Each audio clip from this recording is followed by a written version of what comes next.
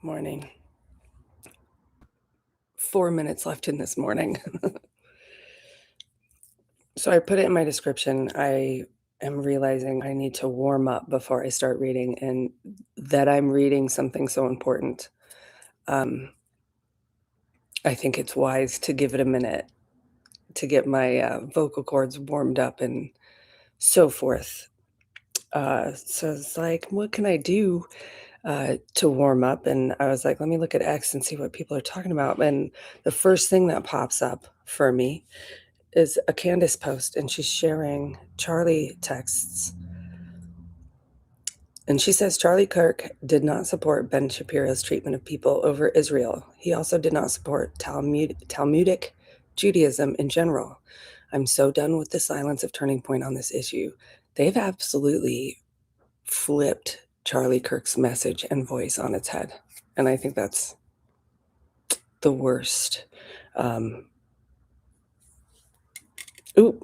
Also, my kiddo wanted to say hi and leave something in the background. So there's his Lego chicken. Good morning. Nora, hooray. I love seeing you popping in. All right. Stand for truth, Charlie says. The people are with you. I know, been through enough of these to know the truth always wins in the end. And I was starting to feel like I love that Candace is delving into Erica. See, I need to get all that worked out before I start reading something so important. But I was getting a little frightened that she was taking pressure off of TPUSA and the feds and the whole story surrounding his assassination, because from what Wolves in Finance exposed, his assassination was legal. So there won't be any recourse. That's why they're not investigating it. And so yesterday's episode where she kind of like is here's the footage, here's the photos, that gave me some hope. In Scotland, amazing. Oh, that always, that's so delightful to see how far away people can be and still connect. I love that. But yesterday, I became a little more hopeful in what Candace is doing. And she gave a big shout out to John Bray. I listened to Jesse on Fire, but I have not gone into his series on why he thinks Charlie is still alive. It's hard to wrap my head around. I'm not sure that I want to sit down and watch that yet. And it's interesting because he said yesterday, if Candace even watched 2 of those episodes, she would be on board. And even in contemplating that stuff, if Charlie were still alive, that would sure explain a lot. And if if he is alive, faked his death, to save himself from federal prison, what have you, from having to be an Israeli puppet. I mean, he pushed his wife into that position, but and this is hypothetical because I don't believe it. I believe John Bray's accumulated body of evidence is pretty spot on. I think they weren't betting on the tear in the neck from the exploding. Oh, yes, Joey. So look up the Sorrow pyramid. You know what? I have it saved to my phone. And I'll pull that up. But my point is, it would sure explain a lot, and it sure would be a nice thought to know that Charlie isn't gone. But I mean, the way all of the blood that came out of his neck, it was brain blood. And because they weren't betting on that wound, that's when everybody freaked out, is when they saw that. But it's still like that chair going through the table, that seems kind of fishy. And since she released yesterday the footage from behind his head. So this is the Soro pyramid. And down here, and this is all preparations for revolutionary cadres and the masses for revolution. These are military exercises in order to fight wars domestically without shooting bullets. And down here is assassination. And assassinations are legal if they're a part of a military operation. And, you know, Erica, with her deep ties to the Department of Defense with her mom, and now she's on the board of visitors of the Air Force. I had somebody post something. They sent it, a friend sent it to me, and I put it in my posts where it talks about the vetting that goes into becoming a board member for the Air Force, like Erica has just stepped into, and she has taken over her Charlie's position.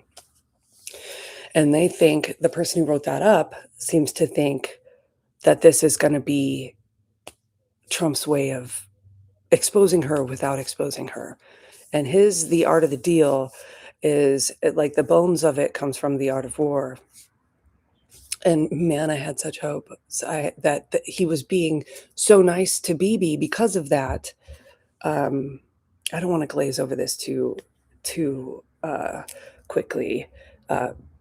Because it's important. I made a video on this. Wolves in Finance talks about this briefly. And they said that this came out in 2015. It came out in 2013. Maybe it was published in 2015. But this one came out in the 60s. And they added assassinations to this. And there she is. Seeing the difference in the two and what they needed to add for modern times is staggering.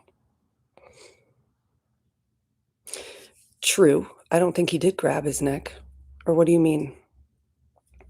So John Bray, he's been trying to, he's been doing experiments on how to recreate such a wound with guns, 30-06s at all different angles and trajectories with, I love him, go find him.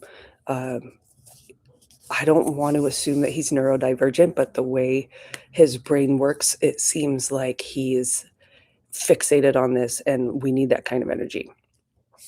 But he was also going to invite Stu Peters. He was talking about bringing Candace over, and he was saying that she was kind of feeding him some breadcrumbs to lead him down a investigatory trail to, to the answers we all seek. And the broken glass in the car was a big clue. My kids are squeaking down the stairs. Hang on one sec. Do you need something? Something to drink. Mm-hmm. We'll go get something. Okay. I also need to go to the store. I know. We do need to grocery shop. Yeah. And he was out, and they showed if it were the microphone exploding, that impact would have severed his brainstem. And you see within one frame the distortion in his flesh in that area from front to back. There is such movement there in an instant. They said he wouldn't have known it because he was dead in a millisecond. That's what, so Joey, the theory that Jesse on Fire has is that he faked his death. And I can't get on board, but I haven't watched him sort through that theory yet. He's got a series in his playlists. But John Bray, yeah, he, man, he's meticulous and methodical, and the way he explains it, he is reading stereo instructions. But man, he knows his stuff. And the way he's been able to, he's got a community that supports him in, he did a lot of his work with ballistic gel and bone. He tried his best to recreate it. They even used like hog to try to get that little hole to come from a bullet.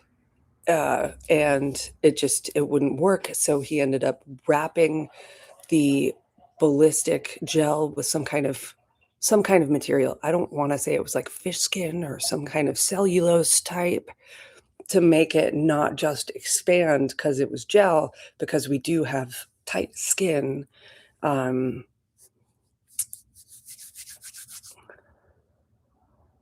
After Candace's illustration yesterday, Charlie's assassination looked pretty much like a public. Yeah.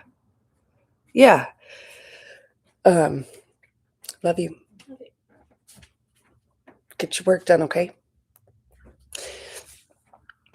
The symbolism and the occult and how much of that has been exposed in the Epstein files. The fact that on the board of TPUSA is a guy who co-wrote Mind War with the Satanist. And Mind War in and of itself, it's rooted in the occult. So they needed that guy's influence in order for that to be effective. So, and I keep saying, like, the one beautiful thing that's come out of this huge pile of nightmare fuel, with the Epstein files and the assassinations, and now this war and the what happened in Gaza, and it proves that God is real. It proves that what's being used against us is meant to stifle our relationship with God, our relationship to our own spirituality. And in the protocol I read yesterday, there is a heading: we shall destroy God, in protocol number 4.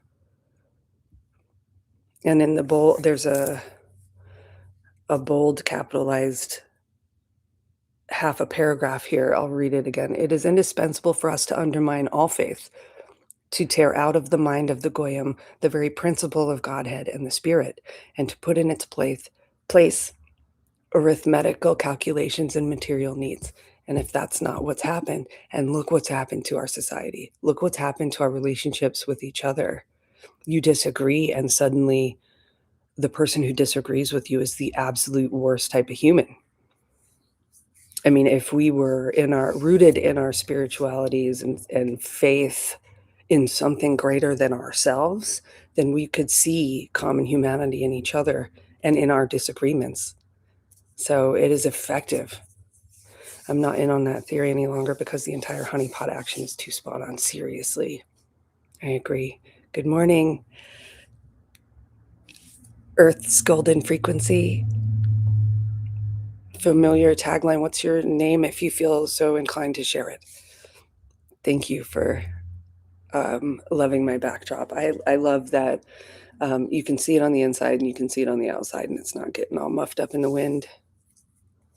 Yes, I understand, Joey. I had been a non-believer. I was actually into the occult. I read tarot for ages. I got paid to do that during COVID. It was the only thing that kept me afloat. Actually, I was a bartender when we got locked out of our jobs and out of public spaces. So, but it's interesting to me, if you delve in that kind of stuff, at least for me, and from what I've known of people in that community, it all leads to Christ. I keep seeing memes, any wormhole, if you go down it deep enough, it leads to Jesus. And I don't want to be disrespectful of your own worldview and whatnot. If you're not a believer, I get it. I spent most of my life that way.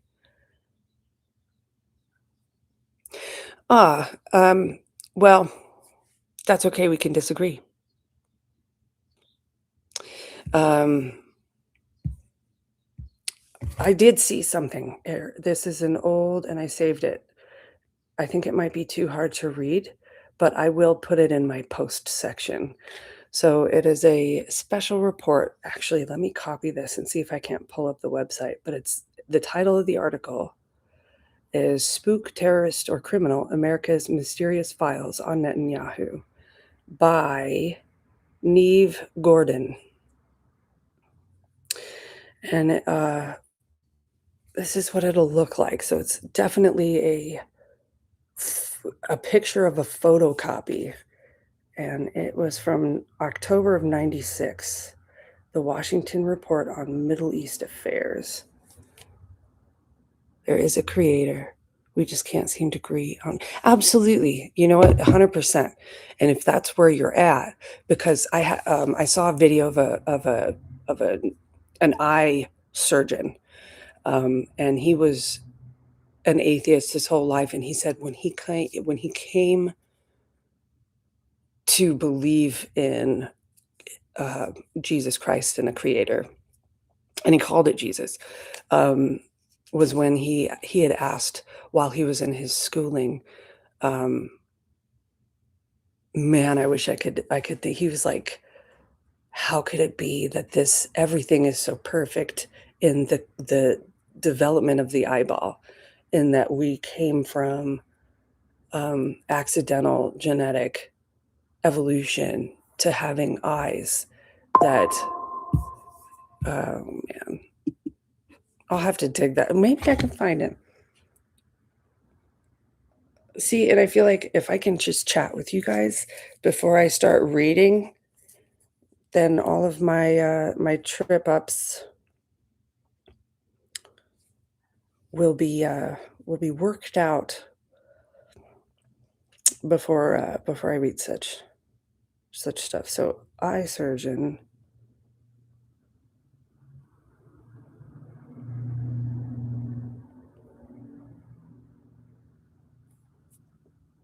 Yes, okay. I'm gonna play this for you. I was studying the structural eye in med school, and I realized that the human eye. Hang on, let's start it over. I came from China as an atheist. I believed nothing but science. I was studying the structural eye in med school, and I realized that the human eye is so complicated. Trillions of cells has to line up perfectly for visual signal capturing and interpretation. If any one of those cells gets out of line, the person will be born blind. So I had a big problem, and the atheist me at the time, that how could so many cells form in such a short period of time out of randomness? So I kept on asking a professor, and he said, "Ming, what's a cross street?" I said, that's a car. He said, "What's the difference between a car and a human eye?" I said, "Human eye is a lot more complicated." He said, "Okay, can you imagine how a random piece of metal form itself into a car?" I said, "No way." And he said, "How about human eye?" So right there, he opened a window in my life, making me realize that it was formed with a specific purpose for vision. So there's a designer, a creator behind that. And I start with my... So I'm going to leave that there because I haven't seen him grab his neck. When you see him after the so-called shot, when he was falling over, he was grabbing his neck. Let me look that up. Let's look at that together. Also, I had somebody comment. Let me see if I can pull it up. And if this turns, I'm not sure if this will turn off my screen or not, but I want to read the comment if I can. Let's go to my channel. If you can still see me, I mean, I hope you can. My bunny's out over there.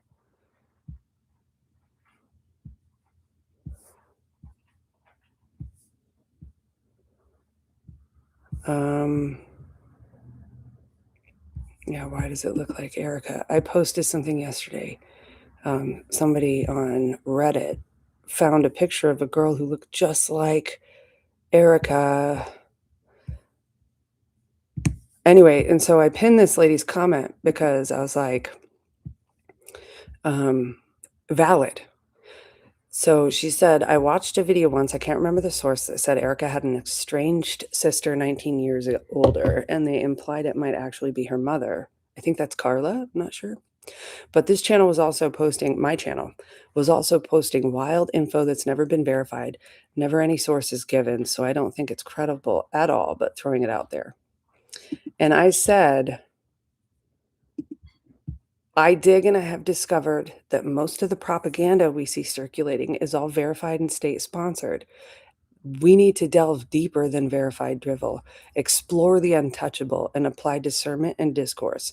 I'm going live and sharing a reading of the largest hoax, fabrication, and controversial piece of writing to ever last 100 years of repudiation that's been consigned to history as absolute untouchable filth. But it's turning out to be 100% true in context. I'm not afraid to be wrong either, since I'm not a journalist. I'm just a bored, neurodivergent homeschool mom who is fascinated with unanswered or falsely answered questions. And I hope, and I want to make clear to you guys, I do get it wrong, but I think it's worth talking about. And oftentimes I come to you saying, what do you guys think about this stuff? Because if I'm seeing it out there, I can't tell if it's real or not, then I've got you guys to help me steer clear through on the right path towards the truth. And that's all I'm curious about. Oh yeah, let me find him Charlie grabbing neck.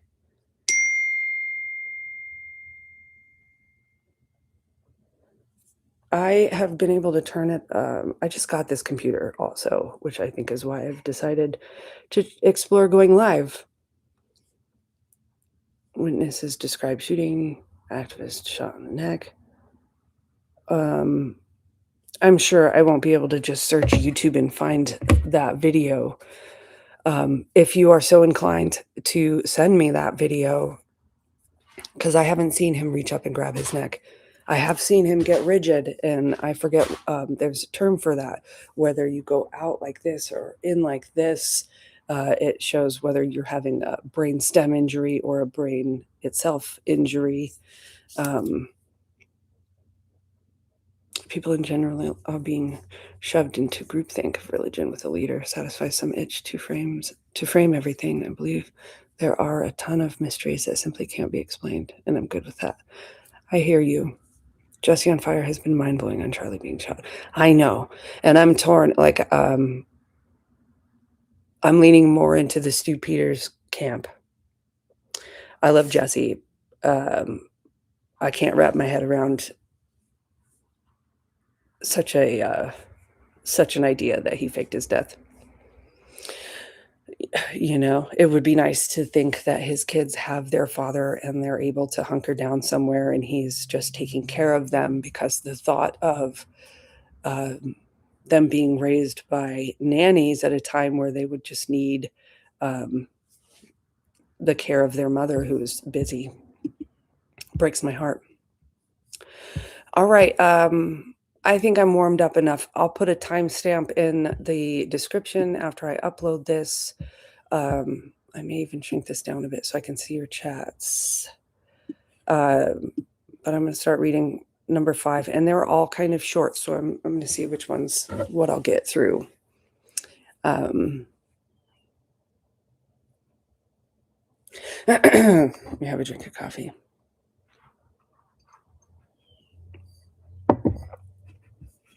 All right, and protocol number 5, up at the top, they have descriptions. Despotism and modernism. So let me get back to it. All right. I hear that helps. All right. What form of administrative rule can be given to communities in which corruption has penetrated everywhere?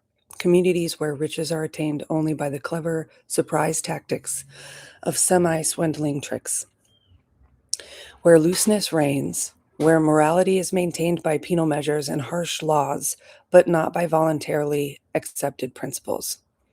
Where the feelings towards faith and country are obligated by cosmopolitan convictions. What form of rule is to be given to these communities, if not that despotism, which I shall describe to you later? We shall create an intensified centralization of government in order to grip in our hands all the forces of the community.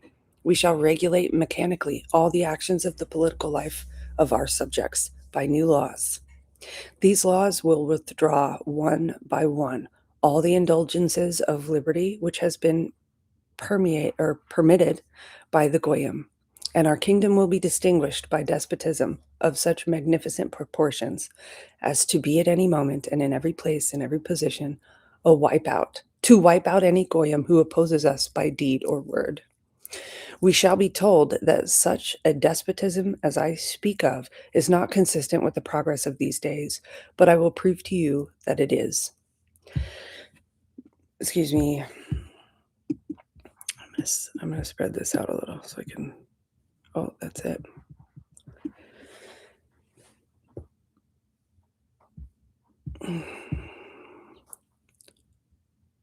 In times when the peoples looked upon kings on their thrones as a pure manifestation of the will of God, they submitted without a murmur to the despotic powers of kings.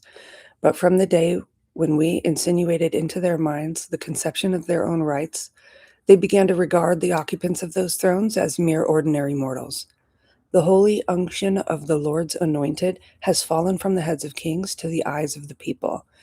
And when we also robbed them of their faith in God, the might of power was flung upon the streets into the place of public proprietorship and seized by us. Masses led by lies. Moreover, the art of directing masses and individuals by means of cleverly manipulated theory and verbiage, by regulations of life in common, and all sorts of other quirks, in all which the Goyim understand nothing, belongs likewise to the specialists of our administrative brains, reared on analysis, observation, and delicacies of fine calculation. In the species of skill, we have no rivals, any more than we have either in the drawing up of plans of political action and solidarity.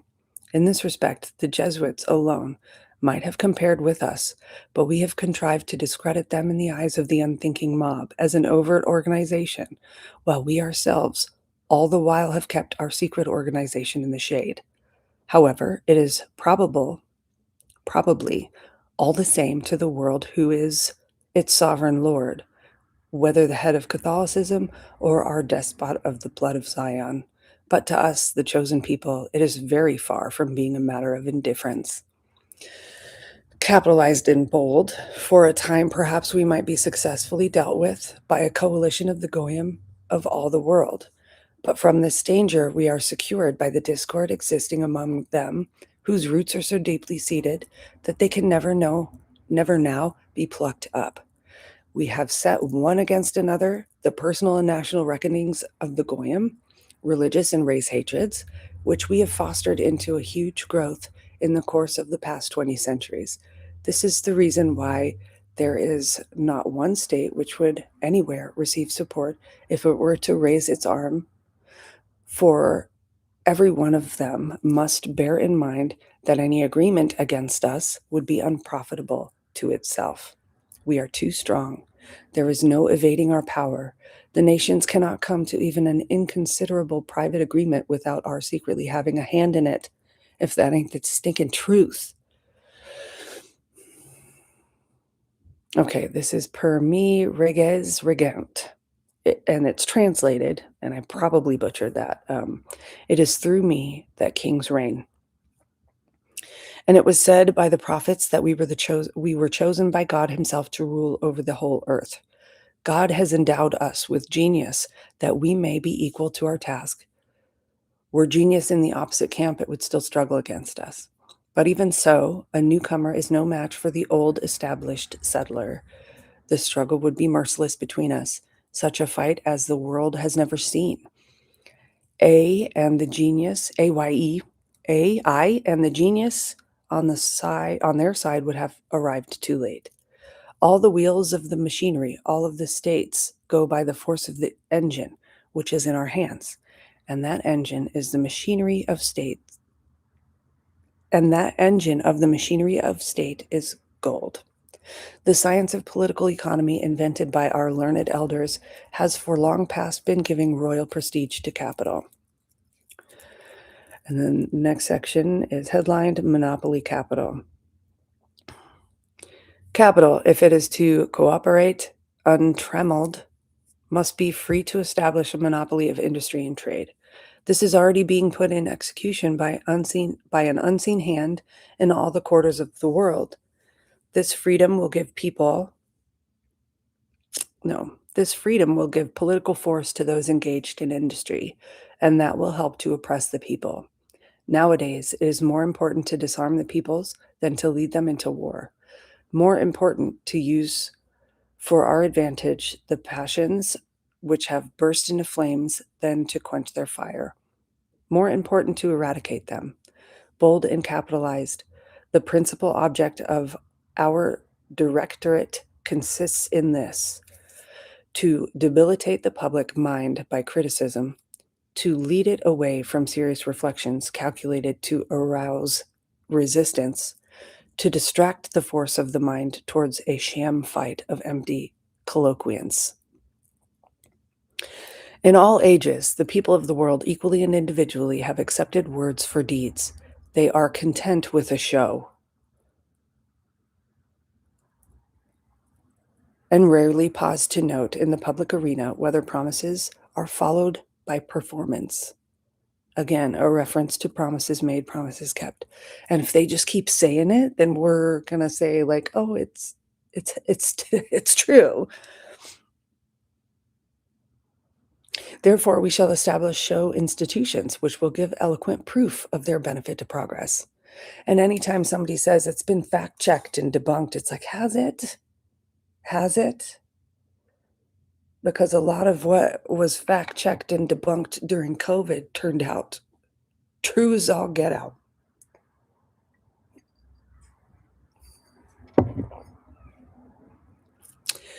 We shall assume to ourselves the liberal physiognomy of all parties, of all directions, and we shall give that physiognomy a voice in orators who will speak so much that they will exhaust the patience of their hearers and produce an abhorrence of oratory. In order to put public opinion into our hands, we must bring it into a state of bewilderment by giving expression from all sides to so many contradictory opinions, and for such length of time as will suffice to make the goyim lose their heads in the labyrinth, or come to see that the best thing to have is to have no opinion of any kind in matters political, which it is not given to the public to understand, because they are understood only by him who guides the public. This is the first secret.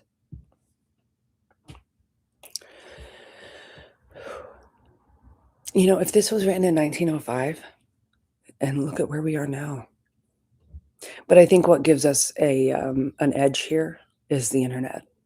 And although there's such censorship, even though they talk about how there's no censorship, we all see that there's censorship. We're able to dig. We can use things like the Wayback Machine, and we can talk about the things that everybody's told not to talk about.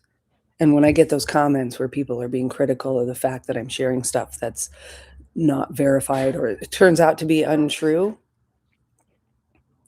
it's worth it to dig. And just because you think I shouldn't be talking about things because they might be untrue or not, this document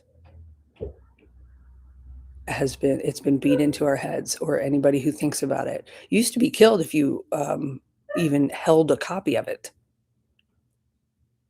Anyway, I digress. The second the second secret requisite for the success of our government is comprised in the following: to multiply to such an extent national failings, habits, passions, conditions of civil life, that it will be impossible for anyone to know where he is in the resulting chaos, so that the people, in consequence, will fail to understand one another. This measure will also serve us in another way, namely to sow discord in all parties, to dislocate all collective forces which are still unwilling to submit to us, and to discourage any kind of personal initiative which might in any degree hinder our affair. Bold and capitalized sentence: there is nothing more dangerous than personal initiative. My dog is being sassy. Ooh.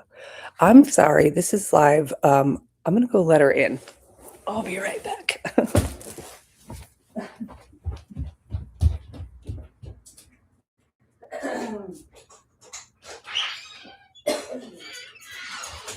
You're so dusty. Oh. You stay off the couch. Some of you met her the other day if you watched. Nope, you're covered in dirt. Out. Go. Thank you. Mm-hmm. Mm-hmm.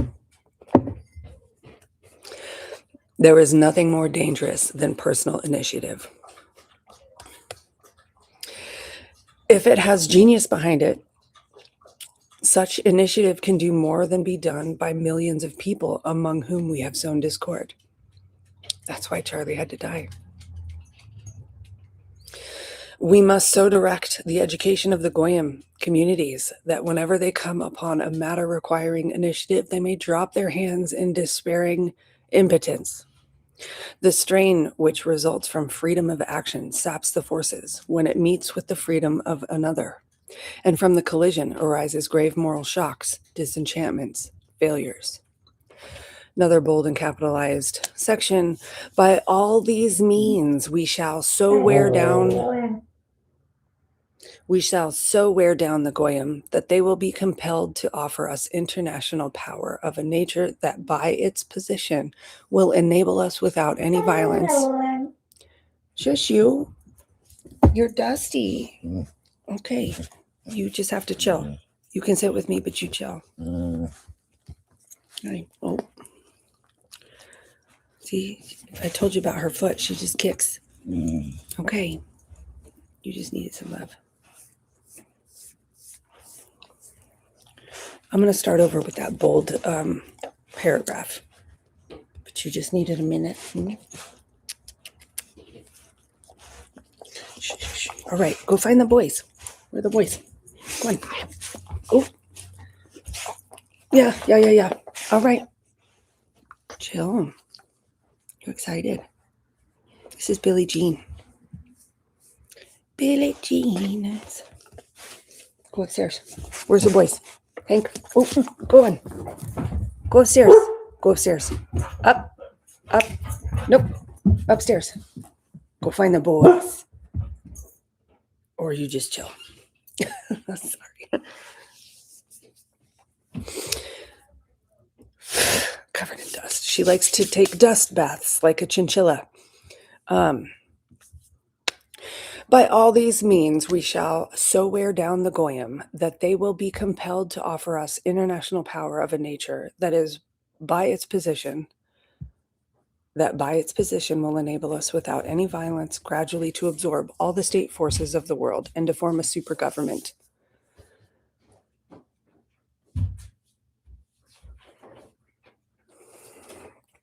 In place of the rules of the day-to-day, we shall set up a bogey which will be called the super government administration. I don't want you guys to listen.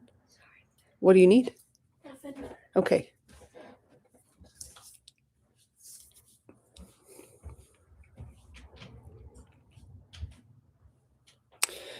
Super government administration. Its hands will reach out.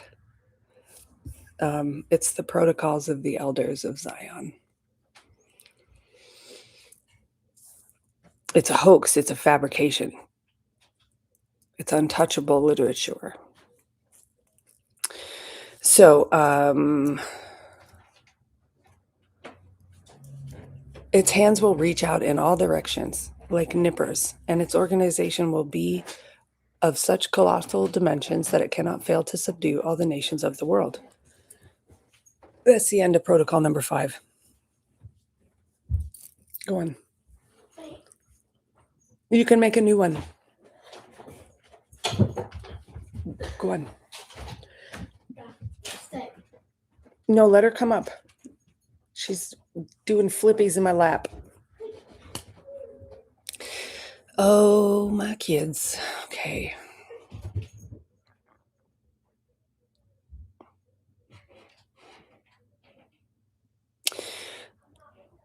Yeah, it's pretty nasty. So, protocol number 6. And it's, let me just say, we shall soon begin to establish huge monopolies, reservoirs of colossal riches, upon which even large fortunes of the Goyim will depend to such an extent that they will go to the bottom together with the credit of the state on the day after the political smash. You gentlemen are present, who are economists. Just strike an estimate of the significance of this combination.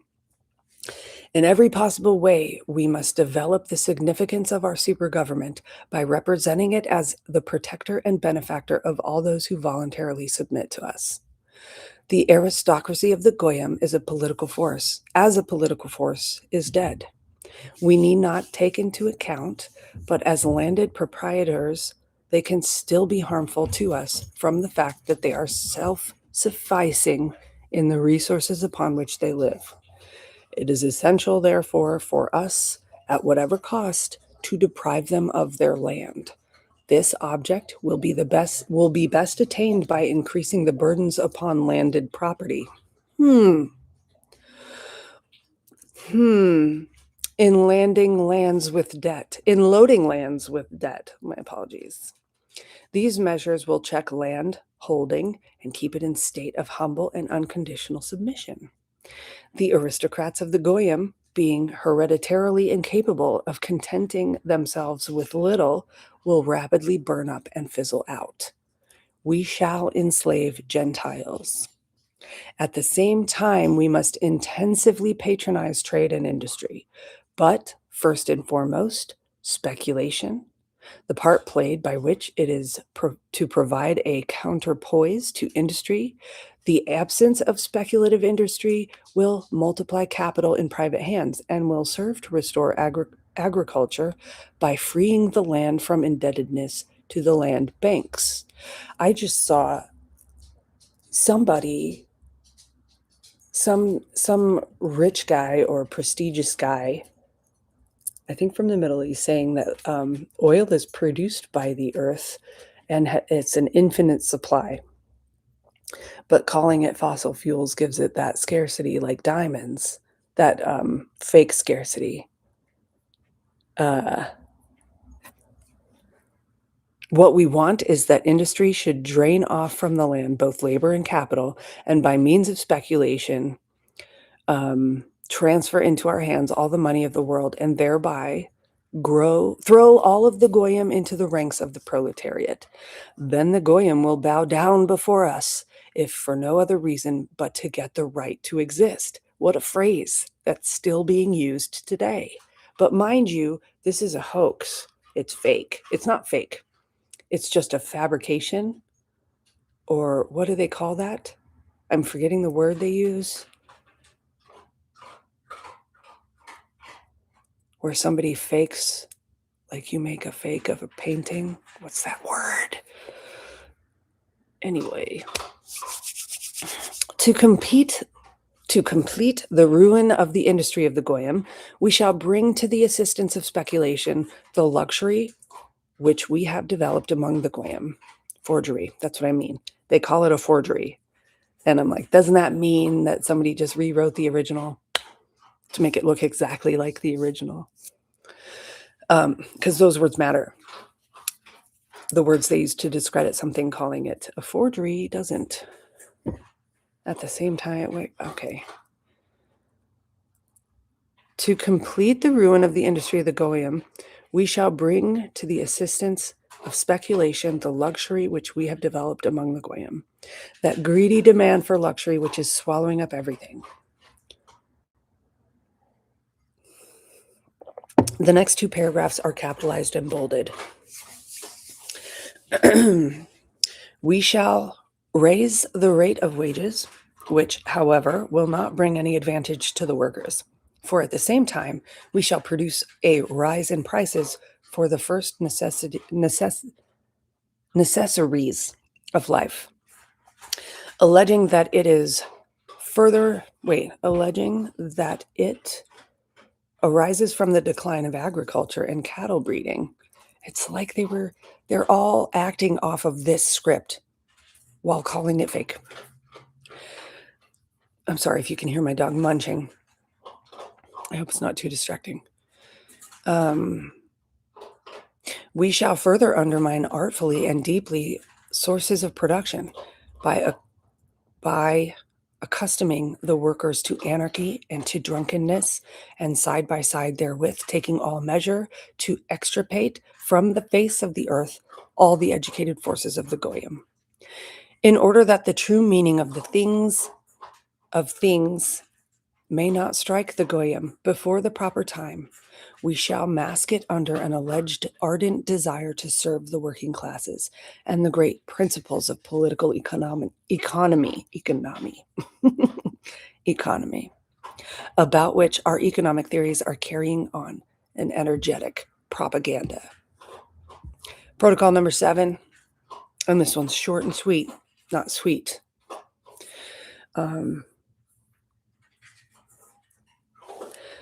The intensification of armaments, the increase of police forces are all essential for the completion of the aforementioned plan. What we have to get at is that there should be, in all the states of the world besides ourselves, only the masses of the proletariat, a few millionaires devoted to our interests, police and soldiers.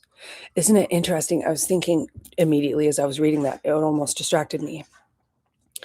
That isn't it like a campaign against police, like the liberal, like defund the police,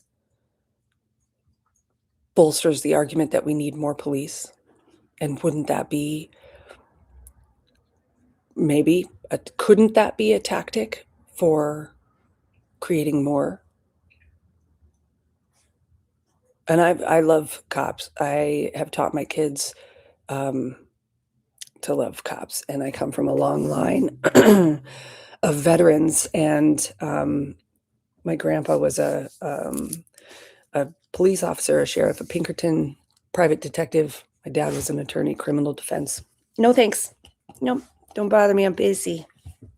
And they don't sponsor me, but I just love these guys. I ended up, I had a delivery not show up, and I was chatting on an email thread with somebody who fixed it for me. And then I was having trouble with their website, and they absolutely got on like a human and walked me through it. And nicotine, it even kills malaria. I feel like they want to take it from us. I was a smoker for a long, long time, and I didn't like how I smelled. And my voice is already deep and raspy, was deeper and raspier, and I had a smoker's cough. And being able to still quell my own ADHD tendencies with nicotine. I'm very grateful for Alp, for the new nicotine pouches. Anyway, side quest. Throughout all Europe, and by means of relations with Europe, in other continents also, we must create ferments, discord, and hostility. Therein we gain a double advantage. In the first place, we keep in check all countries, for they will know that we have the power whenever we like to create disorder or to restore order. All these countries are accustomed to see in us an indispensable force of coercion. In the second place, by our intrigues, we shall tangle up all the threads which we have stretched into the cabinets of all the states by means of the political. Shushio.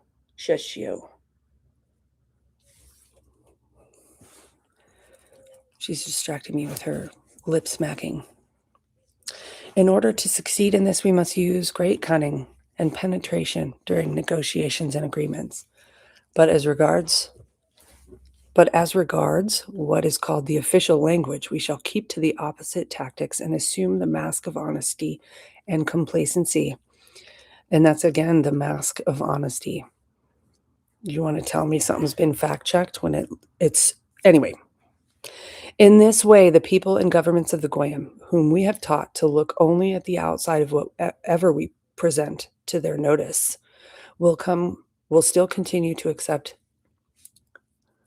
I'm sorry, I botched that whole sentence. In this way, the peoples and governments of the Goyim, whom we have taught to look only at the outside. What way the people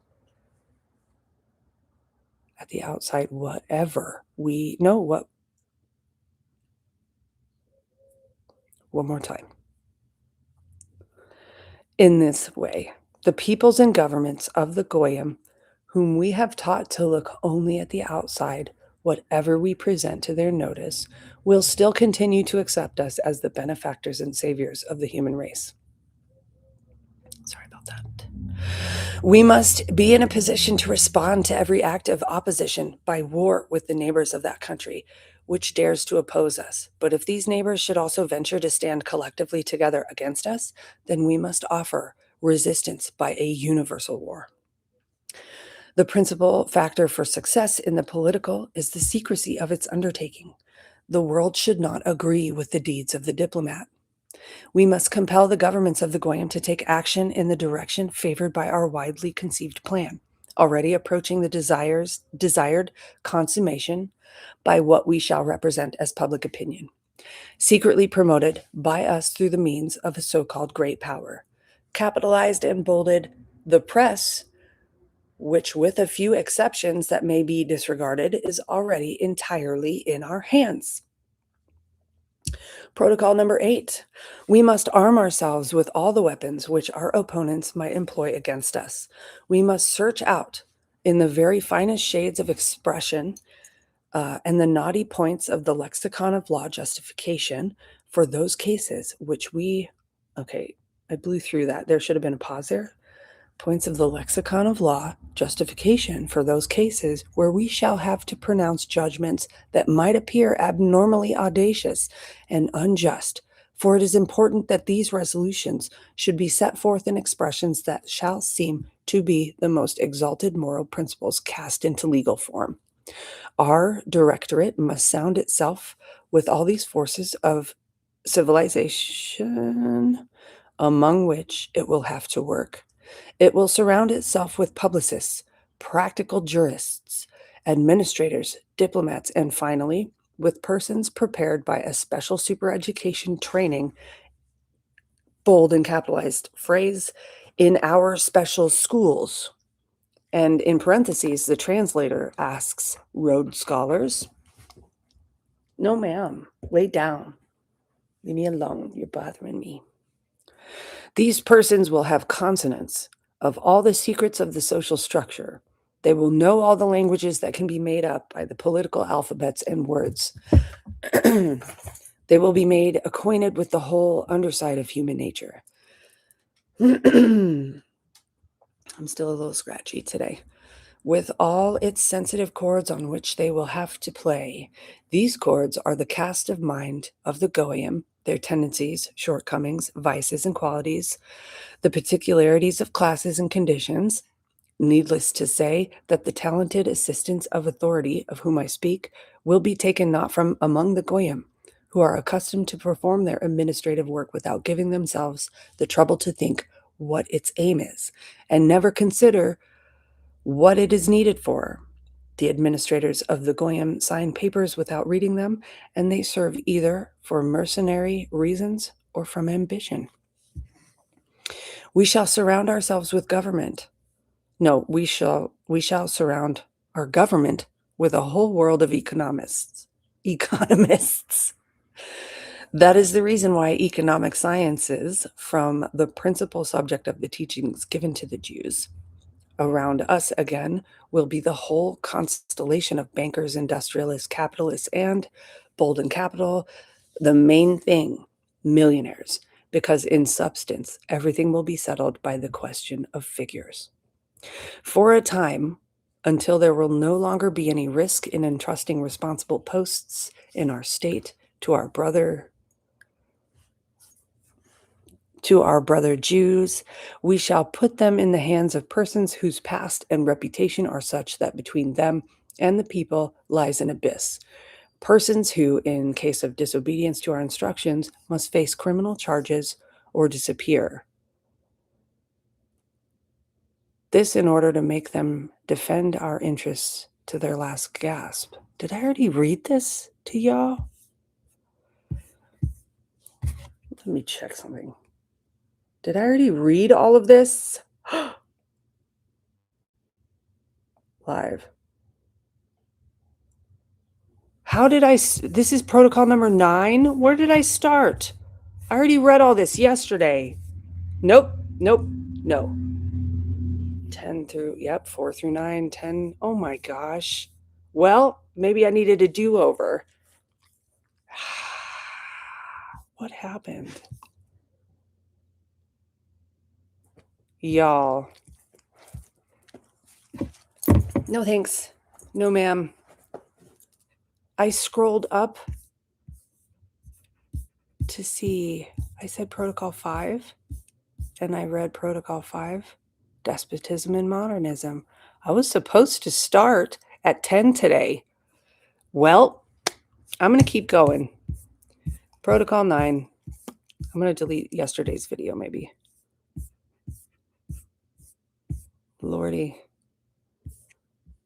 And then I'll read 10. How long have I been on? It's been an hour. Horrifying. Did I start with 10? Has anybody been on since I started? This is embarrassing. I'm like, how am I reading this again? I thought I was going to start at 10. Did I not? I did not. Well, nobody watched it last time. So, no, actually some folks watched. It's worth going over again. I've read these things multiple times. That's why I didn't even recognize it until just recently. Oh my. Protocol number 8, though.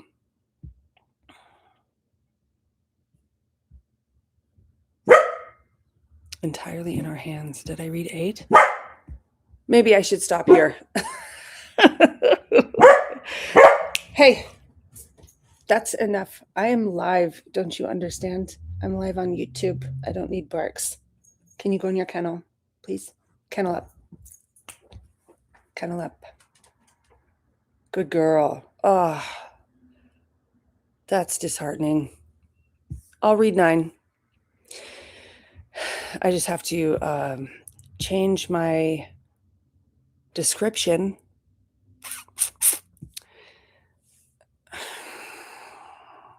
I said kennel. You stay in your kennel. Kennel up. Good girl. You stay. Oh. Well, Kate, I appreciate that. Protocol number 9. In applying our principles, let attention be paid to the character of the people in whose country you live and act, a general, identical application of them, until such time as the people shall have been re-educated to our pattern, cannot have success. But by approaching their application cautiously, you will see that not a decade will pass before the most stubborn character will change and shall add a new people to the ranks of those already subdued by us. In the words of the liberal, which are, in effect, the words of our Masonic watchword, namely, liberty, equality, fraternity. Yep, this is how I ended the video yesterday. I'm probably going to go live after this. I'll do another live and start reading where I intended to this last time.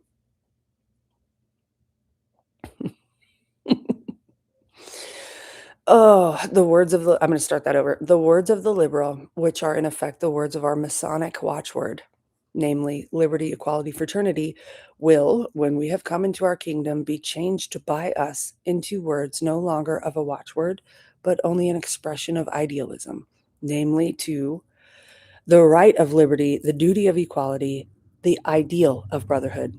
That is how we shall put it, and we shall catch the bull by the horns. De facto, we have already wiped out every kind of rule except our own, although de jure, there still remain a good many of them, Nowadays, if any states raise a protest against us, it is only pro forma at the discretion and by our direction. For their anti Semitism is indispensable to us for the management of our lesser brethren. Interesting that I read that again. That's what I highlighted yesterday when I read this stuff. Their anti Semitism is indispensable to us for the management of our lesser brethren. I will not enter into further explanations, for this matter has formed the subject of repeated discussions amongst us. Jewish superstate. For that, I'm so discouraged right now. I'm so bummed that this happened, but all things for its own reason. For us, there are not checks to limit the range of our activity. Our super government subsists in extra legal conditions, which are described in the accepted terminology of the energetic and forcible word dictatorship. I am in a position to tell you with a clear conscience that at the proper time, we, the lawgivers, shall execute judgment and sentence. We shall slay and we shall spare. We, as head of our troops, are mounted on the steed of the leader. We rule by force of will, because in our hands are the fragments of a once powerful party, now vanquished by us. And the weapons in our hands are limitless ambitions, burning greediness, merciless vengeance, hatred, and malice. That was bold and capitalized. And it continues, it is from us that all engulfing terror proceeds. We have in our service persons of all opinions, of all doctrines, restaurating monarchists, demagogues, socialists, communists, and utopian dreamers of every kind. We have harnessed them all to the task. Each one of them, on his own account, is boring away at the last remnants of authority, is striving to overthrow all established form of order. By these acts, all states are in torture. They exhort to tranquility, are ready to sacrifice everything for peace. But we will not give them peace until they openly acknowledge our international super government and with submissiveness. The people have raised a howl about the necessity of settling the question of socialism by way of an international agreement. Capitalized and bolded, division into fractional parties has given them into our hands, for in order to carry on a contested struggle, one must have money, and the money is all in our hands. It is. The people have, we might have reason to apprehend a union between the clear-sighted force of the Goy kings on their thrones and the blind force of the Goy mobs. But we have taken all the needful measures against any such possibility. Between the one and the other force, we have erected a bulwark in the shape of mutual terror between them. In this way, this is why left and right needs to be dissolved in our public consciousness. That's what they use against us. It's part of it.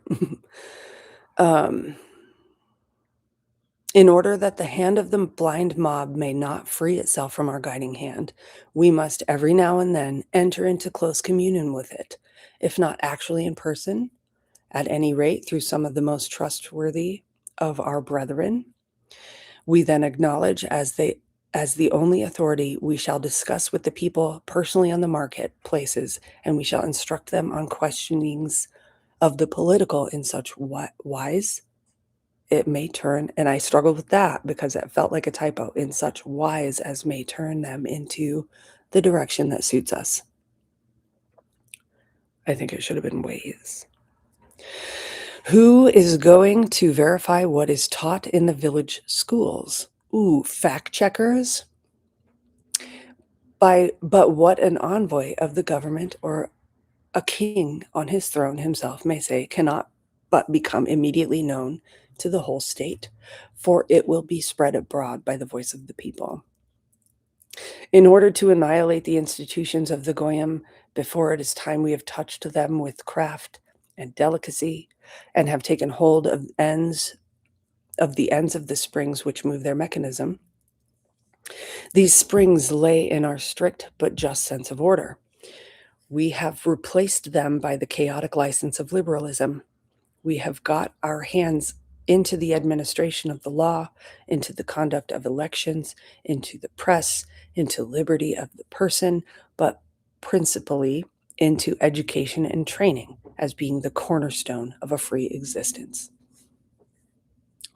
You know, if that's not a case for homeschooling your kids, I don't know what is. Christian youth destroyed. It's the headline. We have fooled, bemused, and corrupted the youth of the Goyim by rearing them in principles and theory which are known to us to be false, although it is that they have been inclusated.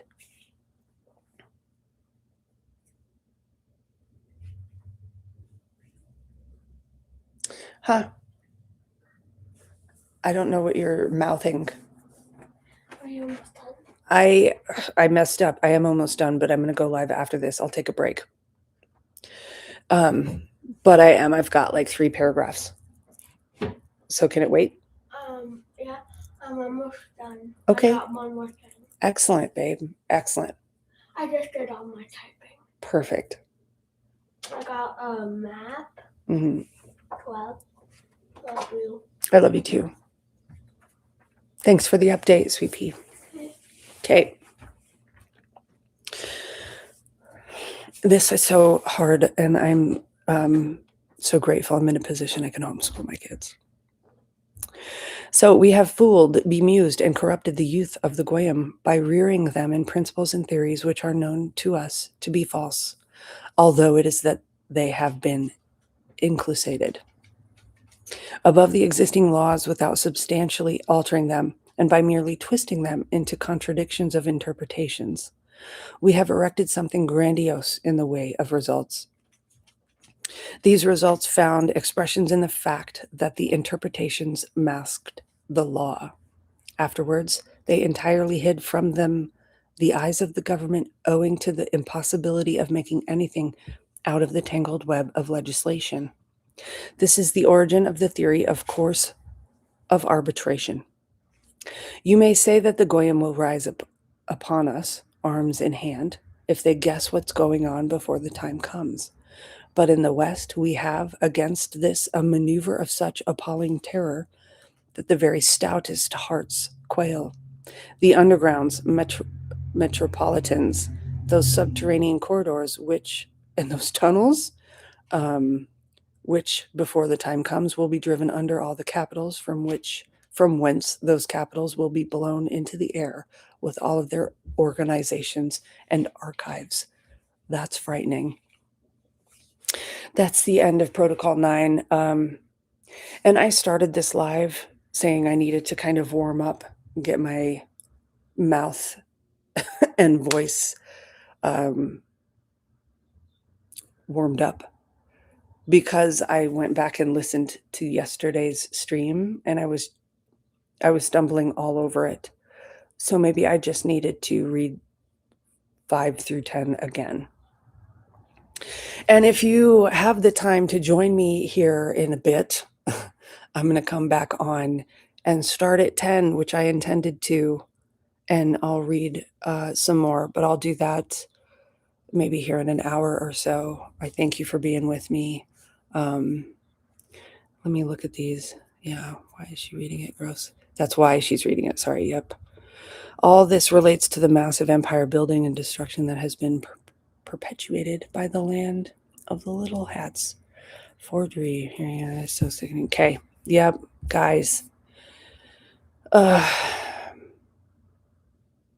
am discouraged. I'm a little embarrassed, but we got through it.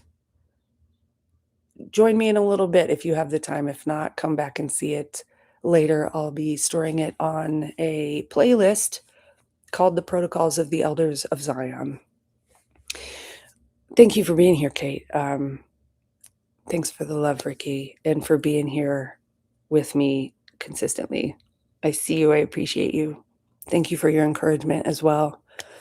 And I want to reiterate, I won't always get things right, and I'm not afraid to mess up, because there is that's a pathway to finding the truth and to success. I stress that to my kiddos. You have to be willing to fail. You have to allow yourself that grace, because that's how you find the correct way. All right. Bye, guys. Join me again. It'll be before Candace, so I already said that. All right. See you later.